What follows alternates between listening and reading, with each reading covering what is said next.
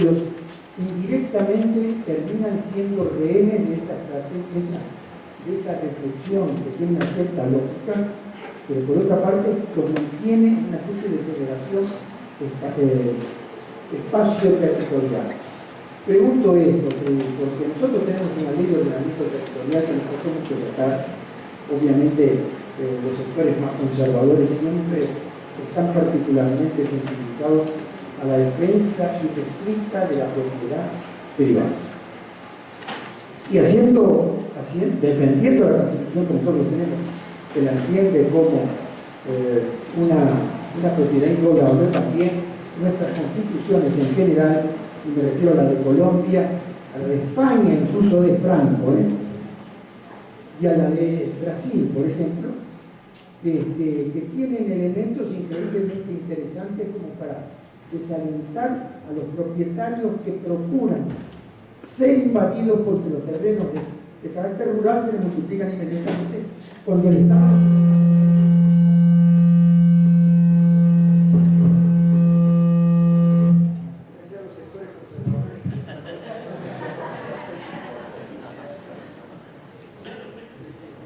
Nosotros tenemos una ley que teóricamente, si se la aplica, puede hacer perder al propietario el derecho a su propiedad si es que no denuncia en tiempo y forma, como la ley vigente indica, la invasión, que tantos perjuicios ocasiona a esa expansión siempre creciente de la cosa. Quisiera preguntarte si ustedes tienen algo parecido, porque la verdad es que vamos a tener que pensar las cosas estas con mucho cuidado, sabiendo que no siempre la gente se cumpla. Yo me voy a retirar, pero puedes ir con la mesa. Nada más quiero agradecer y felicitar a los ponentes porque han hecho una mesa de una discusión verdaderamente interesante y de una riqueza de ponencias que, por favor, les paso mi reconocimiento y bueno, y de nuevo mi agradecimiento al SAL y a todos ustedes. Hasta luego.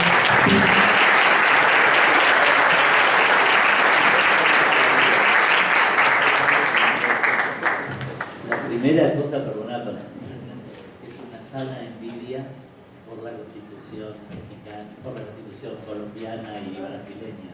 Es decir, que eso el resto de los países de América Latina, algunos en algún momento lo tuvimos, esto del compromiso social de la propiedad privada, ¿no? Que hasta los papas, digamos, lo firman, pero las constituciones no. La segunda cuestión, digamos, yo creo que tiene que ver mucho con la organización ciudadana también, es decir, porque, digamos, así como yo decía en la charla, que el fondo el crecimiento y la producción de la ciudad reproduce determinados patrones de comportamiento, bueno, la discusión social, económica y política, los niveles de conciencia respecto de los problemas que generan estas prácticas, producen modificaciones a los patrones de comportamiento. Por ejemplo, al principio solo se invadían terrenos públicos. Un día descubrieron que se podían invadir terrenos privados y que la regularización era funcional. Un pasito más permitió asociar a un organizador de invasiones con el dueño del terreno para urbanizar los terrenos que no se podían. O sea, en sentido negativo podemos decir que hay un aprendizaje, ¿no? Y digamos, bueno, de golpe podríamos preguntarnos cuáles son las herramientas que tenemos para generar ese aprendizaje en sentido positivo, es decir, estímulos, instrumentos. Yo creo que el Estado tiene que producir suelo. Es decir, y esto tiene que encontrar la manera de articulación con el sector privado, de hacerlo por sí mismo, con las organizaciones sociales, como sea, pero no es verdad que en el mercado sea accesible el suelo para la mayoría de los trabajadores. O si no, hay que rever el tema del salario para que el salario mínimo incluya por lo menos el valor de una cuota para pagar el suelo y que los bancos consideren a los trabajadores sujetos de crédito. No son las dos cuestiones, digamos, de fondo.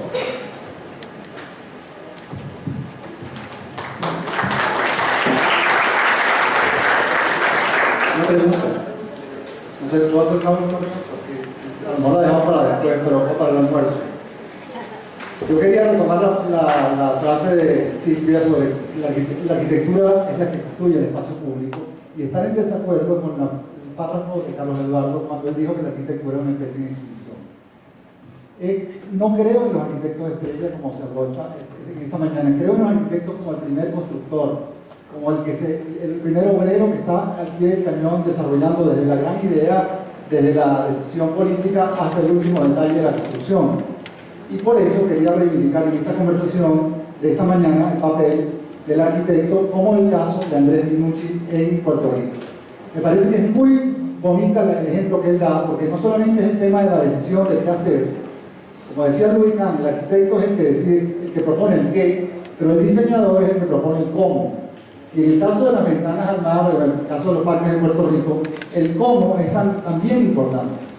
Y la pregunta que yo quería hacerle a Andrés, y lo felicito por su trabajo, es ¿cómo ha sido la reacción política? ¿Cómo ha sido la reacción comunitaria? ¿Cómo ha reaccionado la sociedad de Puerto Rico ante el valor del diseño? ¿Ha sido respetuosa? ¿Le ha dado al arquitecto la posibilidad de diseñar o de crear? ¿O ha sido más bien positiva? Esa era mi pregunta. ¿Cómo hacer para que la comunidad y los políticos también participen en el proceso de diseño? Gracias.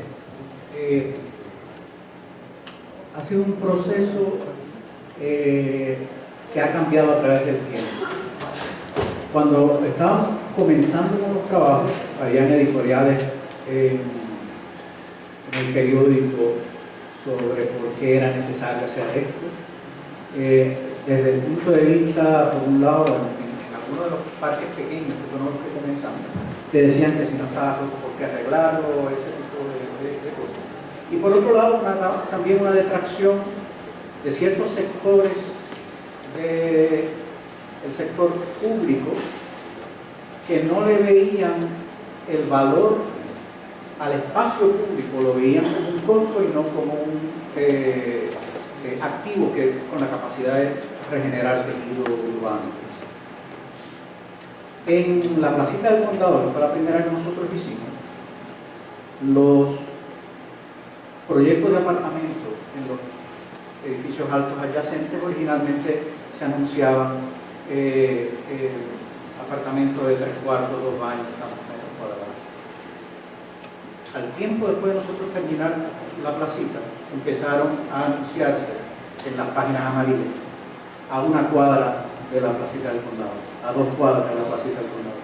Y ahí fue que yo empecé a hacer como un reconocimiento de que había un cambio sustancial en la percepción pública, apreciando no solamente desde, obviamente, el ciudadano que usa el espacio público, sino también entonces desde el punto de vista del mercado, que entonces la valoración del espacio público está empezando a cambiar. En la ventana al mar, los edificios adyacentes a la ventana, en ese momento, con la concha destruido y en reconstrucción, con el Vanderbilt destruido y en reconstrucción, una gran parte de todo el frente comercial en malísimo estado como calidad urbana, empezó a transformarse de una forma radical y ahora mismo la ventana al mar se considera un ejemplo de cómo la inversión pública o la inversión en lo público puede ser una especie como de detonante de rehabilitación urbana en el sentido cívico por un lado y en el sentido comercial por el otro.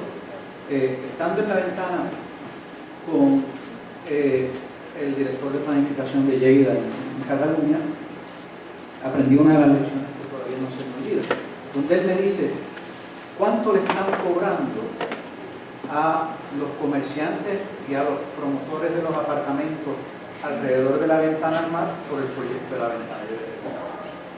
Y él me dice, la ventana al mar le aseguró la vista perpetua al Atlántico, les dio la sala común a cada uno de estos apartamentos que entonces ahora tiene, le dio la posibilidad de rehabilitar a los comercios. Y una de las estrategias que deben de considerar es que el margen de la plusvalía de lo que genera el valor de la propiedad en el delta entre cuánto vale ahora después de la ventana estar en el sitio contra lo que valían antes, de que eso vaya a un fondo que sirva entonces para el mantenimiento de la obra pública, que siempre es uno de los asuntos que siempre tenemos que afrontar cuando hacemos espacio público. Así que ahora mismo la ventana en ese sentido pues no solamente acoge a miles de personas los fines de semana cuando hacen el mercado urbano, ahora hacen los conciertos de jazz cada otro domingo, pero ha tenido una capacidad de detonar esa reconstrucción que para mí es una de mis grandes satisfacciones. Y de forma paralela debo de decir que la idea de la programación del espacio público, que trasciende lo que en un momento el arquitecto puede conceptualizar, es tan importante como la propia concepción del espacio. O sea, en gran medida nosotros debemos de pensar que las actuaciones del espacio público no son finitas y enmarcadas en la exclusiva proyección del arquitecto, sino verdaderamente la pregunta es cómo nosotros capacitamos el espacio público para poder aceptar cambios, transformación, programación, reapropiación, inclusive trascendiendo lo que nosotros en un momento no pudimos imaginar. Así que nada, para mí el poder ver estos proyectos a través de los años es un privilegio.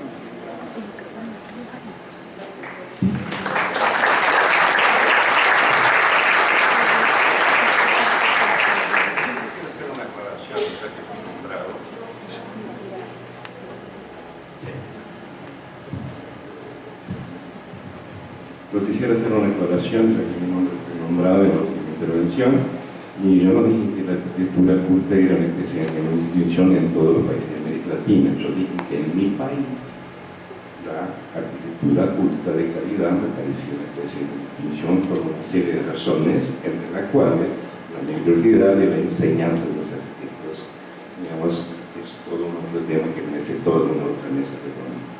Por otro lado, en relación, digamos, a tener una actitud optimista en relación a lo que se hace en América Latina, de lo que vivimos ayer y escuchamos ayer en la mesa de centralidades, en realidad sustancia mi posición y no al revés. En realidad, digamos, todos los ejemplos de México que se pusieron ayer son una prueba de que, digamos, si hay arquitectura, que es una arquitectura analfabeta, no una arquitectura culta. Entonces, en ese sentido, me parece que es bastante defensable.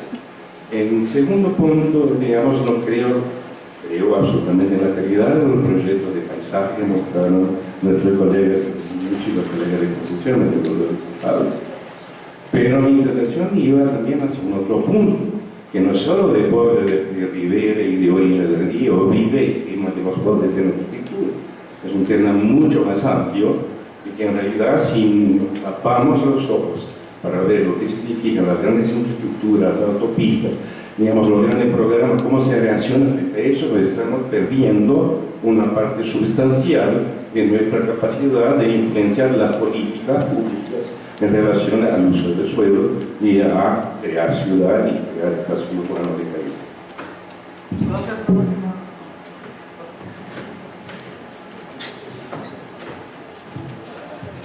Yo quería hacer una mastre entre ayer y hoy, para efecto un poco de la discusión. Y trata de la idea de especificidad del lugar. Ayer Rodolfo nos trae un conjunto, que es a lo que Carlos se refiere, un conjunto de proyectos donde si no conociéramos a Rodolfo y de dónde viene y no le hubiese puesto la etiqueta de que era de México, no hubiésemos podido reconocer dónde estaban los proyectos, ¿no? Y en gran medida, las presentaciones de hoy, las de Concepción, las de Buenos Aires, las que Carlos presenta, particularmente el último proyecto, que es una inserción estratégica en una manzana urbana, armando una narrativa de continuidad de espacio público, ¿verdad? Más allá del programa que representa. Y obviamente lo que yo traigo, ninguno de esos proyectos puede ser posible sin una lectura específica del lugar y las circunstancias, tanto históricas, económicas, culturales y por supuesto físico-espaciales que las rodean. Y me parece que de nuevo, para poder amarrar un poco de las cosas que sí tenemos en común y atando un poco con los temas de la discusión de ayer, me parece que ese asunto de la especificidad del lugar y la lectura del lugar como estrategia de intervención, como postura con la cual el contexto sí importa y no tiene que ver si es un contexto histórico o si es un contexto de más reciente creación. Ciertamente eso es una estrategia, me parece que es parte de la reflexión que tenemos que hacer, que ciertamente yo creo que en esta mesa nos atacan todos. Creo que eso es todo por ahora. Muchas gracias a todos por su asistencia. Los esperamos para el próximo.